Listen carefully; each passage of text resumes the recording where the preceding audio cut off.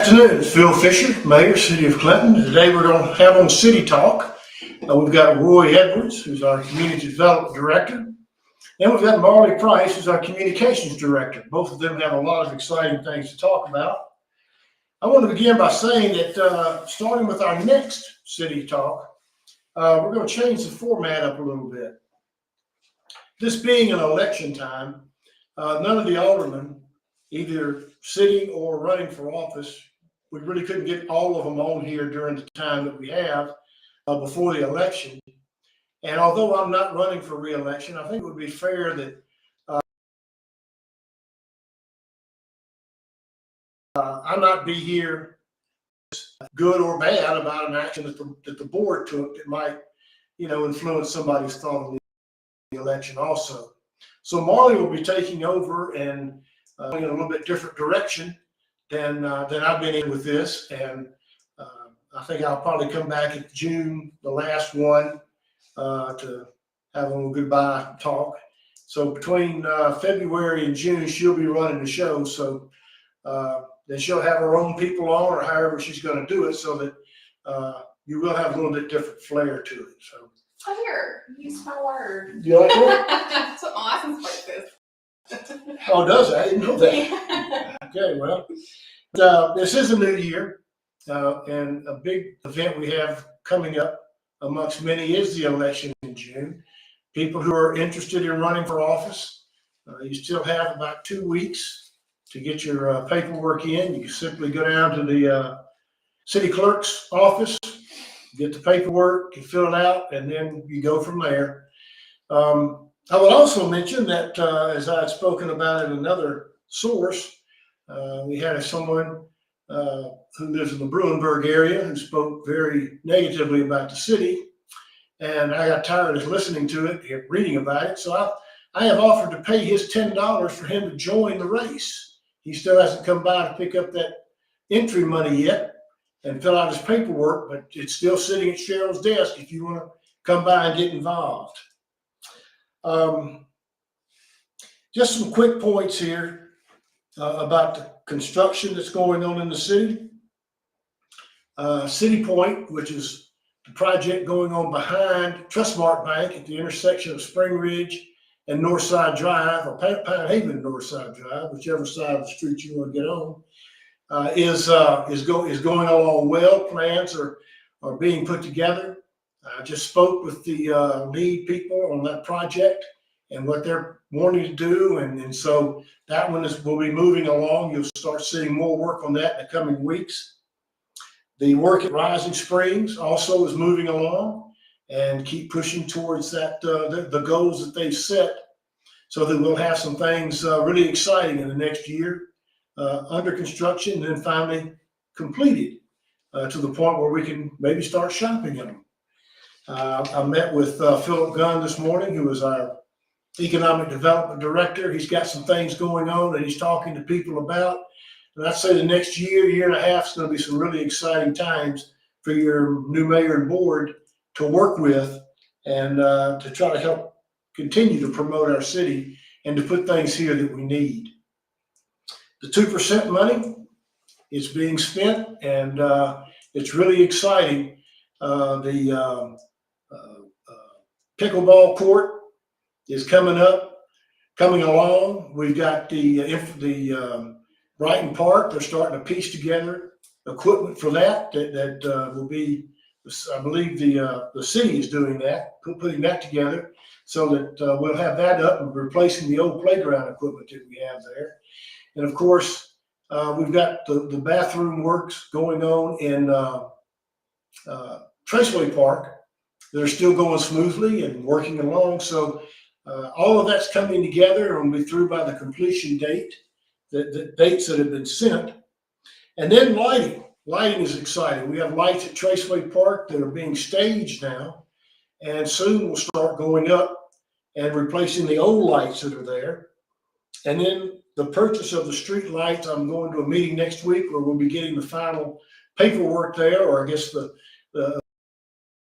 required paperwork that will count.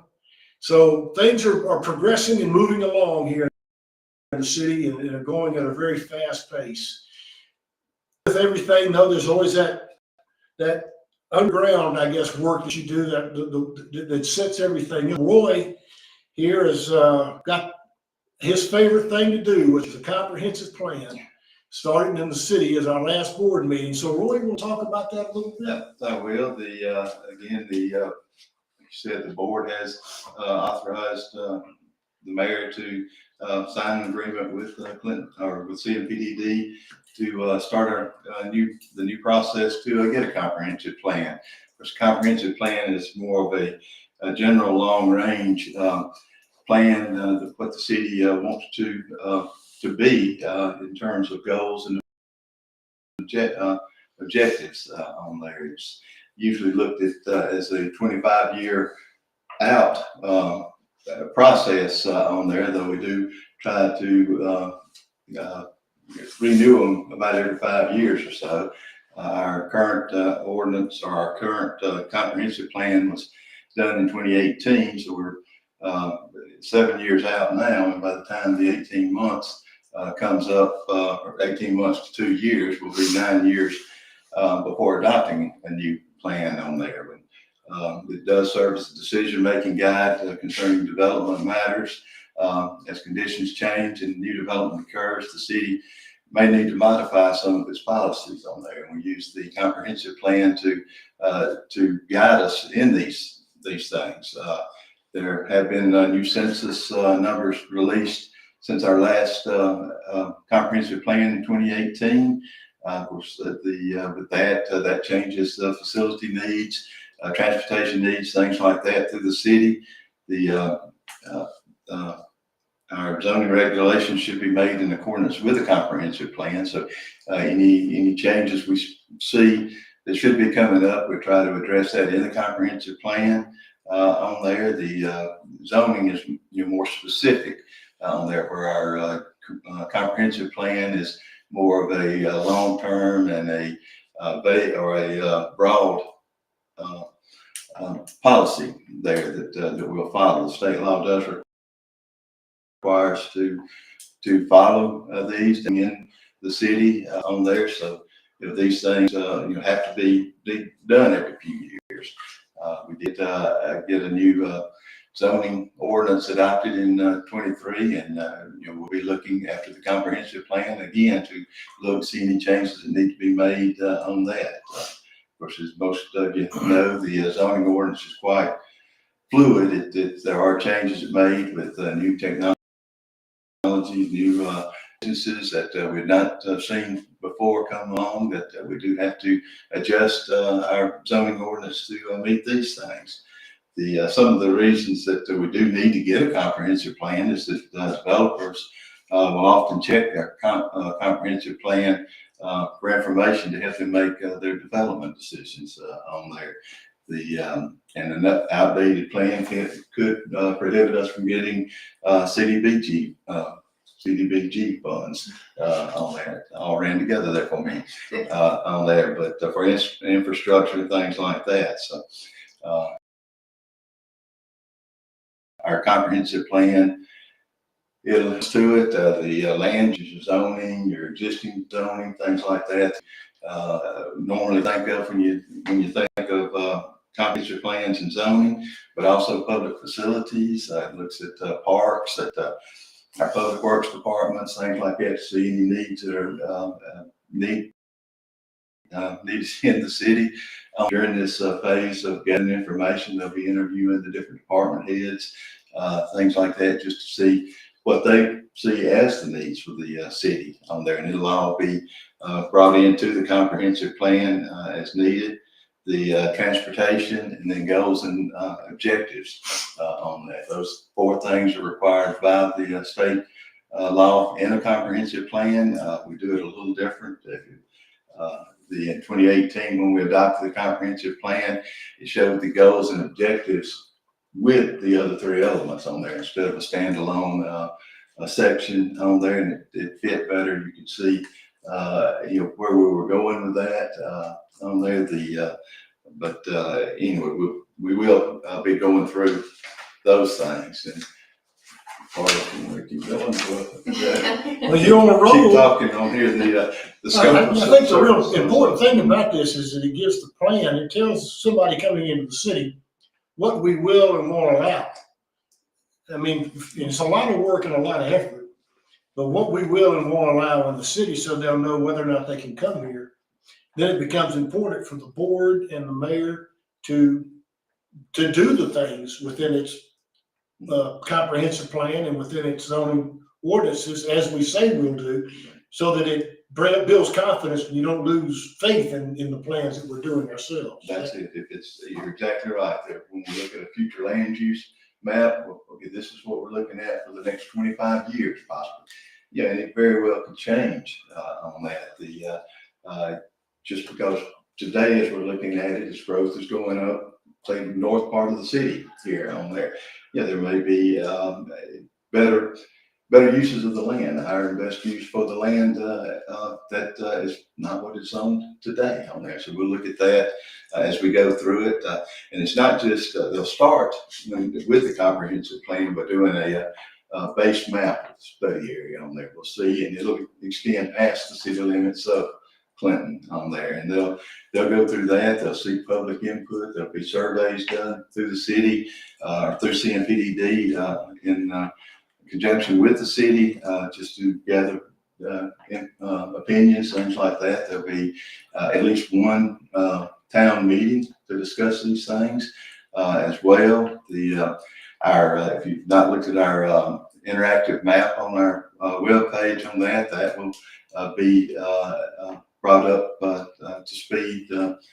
More things added there to it and brought up to date anyway. Sometimes it's the tax parcels, things like that change. Takes a little bit for it to get into our map, but PDD has been good to correct those things for us. But and as they start this, they'll start with a inventory. They'll do a windshield survey of the properties around there to see exactly what each one. They'll use that base map and they'll go through it and look at each parcel as they go through and say, okay, the existing land use of this is agricultural, it's commercial, whatever the case may be. And they'll start with that as they're starting to look to see, and then they'll look at the different demographics, see where things are moving on that, and then adjust the existing land use, turn that into a land use, a future land use on there. Of course, again, they'll use the demographics, things like that they'll get through the Census Bureau on there. The goals and objectives elements, again, will be in there. I mentioned that a while ago on there. The goals are more broad, and then the objectives will get us down to, okay, this is how we'll try to carry this out. And then both of those will roll into a zoning ordinance as needed on there.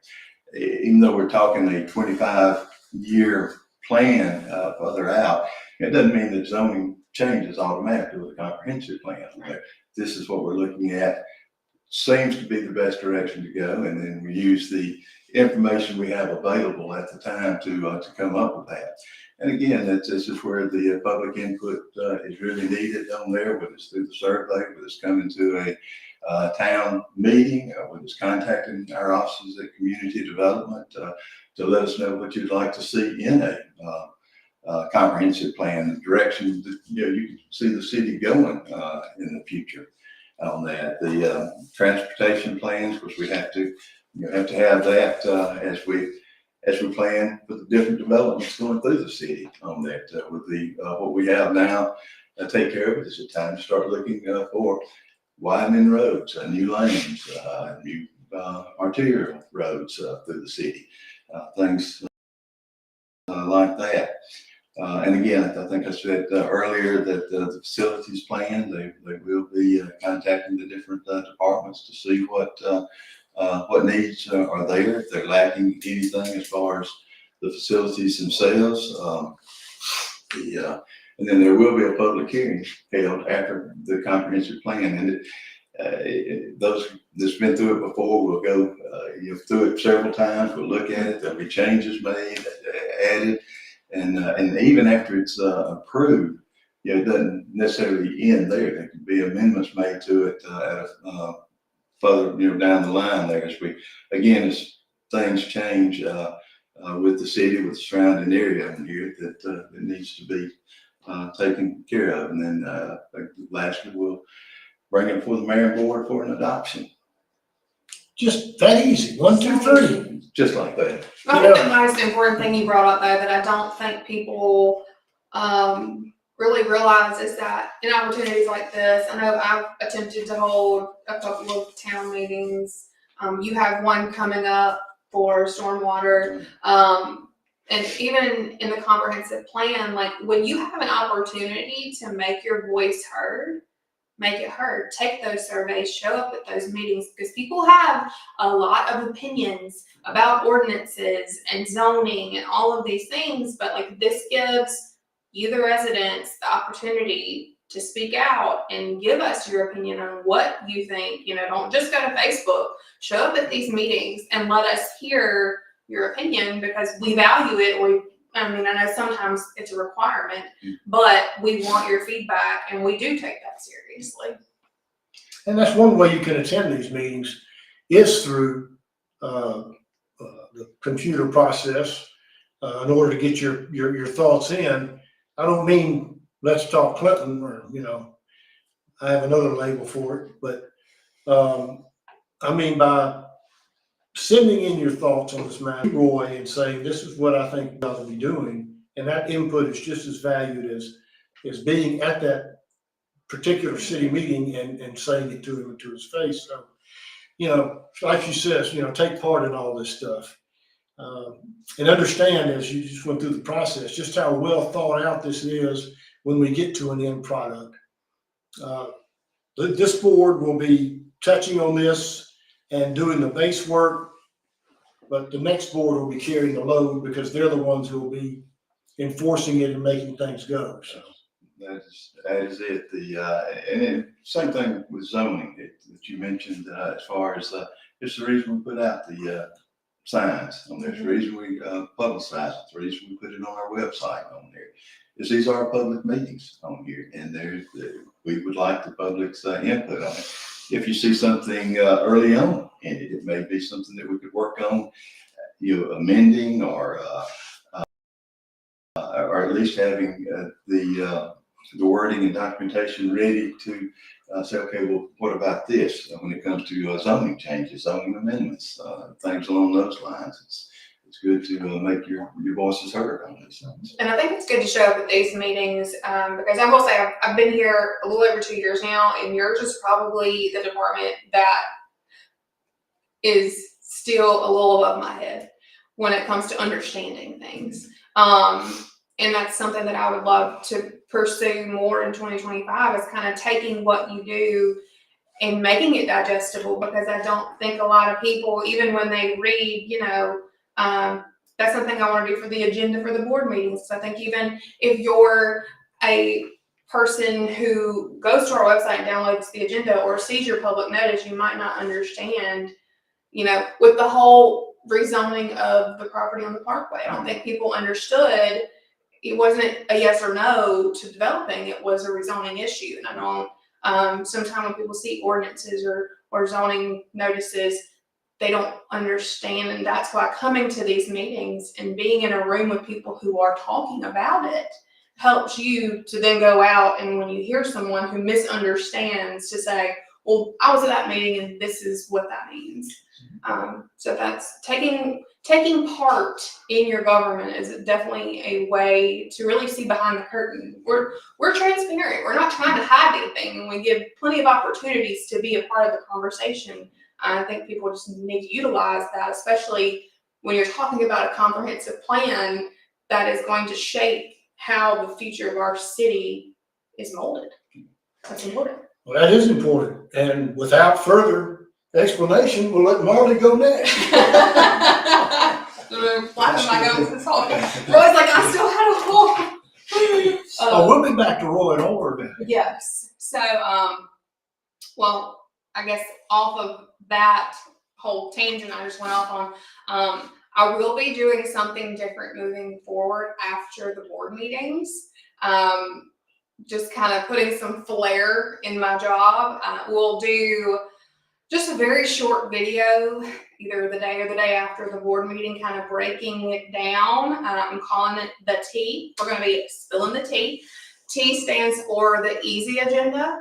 So it's just kind of like, talking over what happened at the board meeting in a way that's digestible to the public. So that's an effort we're going to make from communications to get people involved in the conversations in a relevant and efficient way that's not misleading. So that is something that moving forward we will be doing differently. But I just want to talk about a couple of things that we have coming up in February and March. So first, on February 8th, which is first, let me rewind because I'm dressed up today. February 1st starts the Love Local campaign by the Main Street Clinton Department. We will be doing videos. So if you want to record a video, you can even come by now to City Hall or the Old Town Depot and record a video on why you love Clinton. Please do so. And then Main Street will be putting those out starting February 1st. So that's our Love Local campaign for the month of February, the Love Month. February 8th, which is a great day. That's my birthday. We will be having the chocolate walk. This is our second annual chocolate walk through Main Street Clinton. And you can find ticket information. We'll be on our website. It's currently on the Main Street Facebook page. That will be from 10 to 2 on February 8th. Tickets for adults are 10, tickets for kids are 5. And what that entails is just a leisurely stroll around Old Town Clinton. A lot of our local businesses are involved. You will get a really snazzy bag that you can collect treats at each little stop. And then by being a part of the chocolate walk, you will also receive discounts at some of those participating retailers. Last thing I want to push coming up really fast is Red Brick Roads. That will be March 28th and 29th. It's the last weekend of March. I know we've talked about it on a couple of city talks before, kind of a save the date. We moved it from that really hot date in August to March. This is our first time having it in the spring. And we're hoping, maybe we'll be in sweatshirts. That'll be exciting. For me, I love a good sweatshirt. So we have a lot of new things to incorporate this year with Roads. We will have the Southern Storytelling Institute, who will be doing a short little film on Thursday. I believe they'll be participating in Red Brick Roads. White Waters is hosting a plein air paint out where watercolor artists from all over the region will come and they'll kind of take up a spot in our city and paint, and then we'll have those on display and you can even purchase those. There's a 5K run, a crawfish bowl. So we're kind of, we took a break in 2024 and I think people are going to be really excited. We still have our homebrew competition that we have every year, lots of great bands, and we'll have actually Art in the Park. We're incorporating that into Red Brick Roads as well. That will be Saturday prior to the gates opening to the actual Red Brick Roads Festival that afternoon. So there's a lot of things we're jamming into 2 days, and we're really excited about all the things that we have coming to Red Brick Roads in 2025. Let me touch on that just a second. You had gone to an educational opportunity. I'm gonna call them school, but you'd gone out west, and you come back with some good ideas about that sort of combining things and bringing other stuff in. Could you talk about what you learned out there? Yes. Because it's important that people know that when we send folks to places, we're not just sending them out there because it's a neat place to go, but there's a lot of value in what they bring back to us. So. Absolutely. So I did go to it's called an experience lab, and I kind of think it could potentially go hand in hand with a communications tourism comprehensive plan, because it's not definitely anything you can just flip the switch on. But it was in how large cities, I believe I went to Scottsdale, Arizona, and a lot of major cities like Augusta, Georgia, Lexington, Kentucky, they're already tourism destinations because of things that they offer, but they're incorporating experiences, which is utilizing, cookie store or bakeries, and we have pottery places or museums or whatever that they have in their community, and they're creating and environment around that. I was actually talking to Ashley at the depot this morning, and we were just in a conversation, and she was talking about a group of women who are coming to Clinton from Brandon, and they're gonna they've set up this whole thing where they're gonna go around turn of the train, and they're going shopping, and they're going, and it's things like that when I think our city has the potential to be led in a direction where you kind of captivate these experiences and you package them in a way that then you can sell tickets, and you can, you know, just because we don't have large museums or a huge conference center or a Topgolf or whatever does not make us any less of a tourism destination, especially if you take what I learned at this experience lab and implement it into this community where you have a whole bunch of different offerings from your local businesses where people can buy tickets. And then one weekend you do something like this where you package it in a way that we have a concert in the park, and then you have the Caterpillar Parade, and then you turn that into a tourism attraction itself. So I think that's what I learned, is that, you know, we have all the tools that we need, and it's just putting those into play, and I guess allowing people in Clinton and those businesses to invest in themselves and see that they're more than just, you know, Tuesday through Sunday, 9 to 5. There's a lot more there that we can reach out and grab, because people are seeking different things now than they used to, as far as, you know, traveling and visiting different cities. They want more than just a nice movie theater or a big shopping mall. And I think that's something that Clinton definitely has to offer. Okay. Roy, you have more for us? Just things going on in the city. It's not just about planning and zoning. Excellent. On here with our department on there. Marley did mention our stormwater meeting that's coming up this next Thursday at 9 at the Visitor Center. On there, we will be our building inspector will be going through what the stormwater program is, illicit discharge, things like that. This is not so much dealing with floodplains issues or even drainage issues through the city. This is from construction runoff, things like that throughout the city. Of course, we also, our code enforcement personnel, they've right now we've got 15 open resolutions that the mayor and board have approved for us to carry on, to clean and to take care of in-house. And we've also got 35 open environmental court cases going on at this time at different stages. Let me stop you right there. When you send a text or an email to me and say, you know, the house next door down the street has cars parked in the front yard, this is where I send the communications. They go out and speak to the person, and if they refuse to do anything, the numbers he just talked about are where they go next. And either if they won't cut their grass, we have what we call the resolution, but it authorizes the city to go and cut the grass for them. We put it on their taxes, and we also put the max amount the state will allow us to on their as a lien against their taxes. If you saw, and there's a bunch of cars in the yard, again, or another environmental threat, then again, Roy's department goes out and takes care of that, and then gets it to the environmental department. So they don't go unheard. It just takes time to get them done. You have to give them a certain number of days, 30 days or 90 days. And so you think, well, the city's not doing anything. We are doing stuff about it. And he prints a weekly report that says this is where we are on these properties. So the board should be aware of that.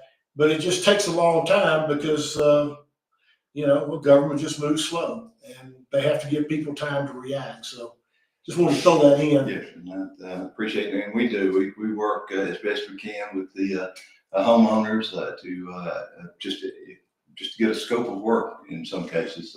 There's a lot of work that needs to be done. We don't just run out and sign affidavits right off the bat. We do what we can to work with the homeowners on there. Our building code services, this past year we issued over 1,100 different permits through there. Over 1,000 different inspections were done just in that. That doesn't include the code enforcement or the rental inspections that we do. It is required that all rental units be registered now in the city, and so we work that. We've got a rental inspector that manages that for us, and over the next we've already talked about the comprehensive plan that we'll be working on over the next 18 months to 2 years on there. And we're also working on subdivision regulations. Our subdivision regulations were published in 1985. And so myself, along with Bill Owen and Philip Lilly, are going through those in a section by section to look at those to bring some changes to the board eventually. Again, that is going to take a little bit to get to that point on there, and we'll also be working a contractor's registration ordinance as well. It's something we've got to do. There's been some changes in the state board of contractors on there. We just want to make sure our local ordinances fit better with that on there. Other than that, the mayor's already mentioned that we've got several ongoing things. Rising Spring, getting ready to hopefully see some construction plans for the next phase. City Point Center, we're well into that now. The Arrow Post would be the convenience center that is going in there. Old Town Village, Cedar Hill Place, and Horseshoe Bend. Those 3 residential developments that we've got at different stages on there. Most of those that will be waiting on construction plans now to see infrastructure start going in, roads put in, and soon have houses, permits issued for them. Okay, going back, touch a little bit on tourism. You had listened to I guess a Zoom meeting 2 weeks ago. Okay, so a huge part of tourism, probably the most important, that was data's king in tourism, because you have to have the data to know who's coming, where they're coming from, how long they're staying, how much they're spending, and all that comes from right here.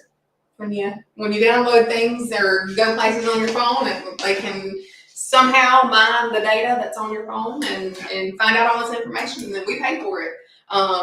So I was actually on a call with a software company. They're showing me what their system is capable of. So I didn't get to do a deep dive. Obviously, they want you to pay for that part. But he did kind of do a very vague overview of tourism in Clinton over the last year. And some very interesting statistics, kind of going back to people not considering Clinton a tourist. Clinton last year had, specifically, we looked at Old Town in general at first. Just the Old Town had over 100,000 visitors per quarter last year. But Clinton as a whole, once they define like a tourist spending, you're looking at overnight stays. So we had over 230,000 overnight stays, and over 570,000 of those stayed more than one night. And while they were in Clinton, that's how they qualify a tourist or a visitor. If someone who comes, stays in Clinton for a certain period of time, and then leaves. Just in case people are wondering, we would not qualify as visitors because our location stays in Clinton for an extended period of time. But visitors spent more than $54 million in the city of Clinton last year.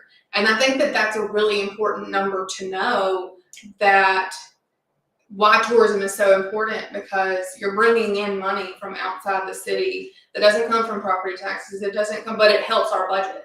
It helps us do what we need to do, and kind of increases our bottom line when we can bring, $54 million into our city through tourism spending.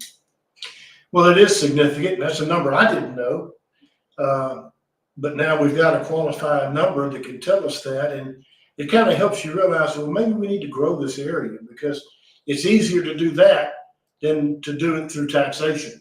which is always a better, Right. it's always better to do it other than through the taxation mode, so. Well, I think that plays hand in hand with what Roy's discussing, because with Rising Spring, I think that's a tremendous opportunity to push out what we have. I mean, traffic on 20 itself, there's nothing like what we will have between Dallas and Birmingham. And if you can put that out and people make Clinton a destination to stop and stay, then there's no telling what potential our city has to pour back into the city because of the money that we get from people who are just driving through that invest in our community. Okay. Well, we're getting close to the end here. I just want to, it's been a very informative opportunity for those of you who are listening in. I just want to remind you that we have the election in June, and you can qualify until the end of the month. And as a point of interest, we will have interviews, or we call them interviews. We'll have the opportunity for all the candidates to record a statement. We'll put it on our webpage so that you can listen to their stance on where they are with the issues and the things that they think are important in the city, so that you can go to those at your convenience versus, having them at a certain time and, when it's at our convenience, and you can listen to them whenever they are. We'll start getting that information out. It'll probably be done in, April, May timeframe to give you time to listen to it. April probably. Yeah.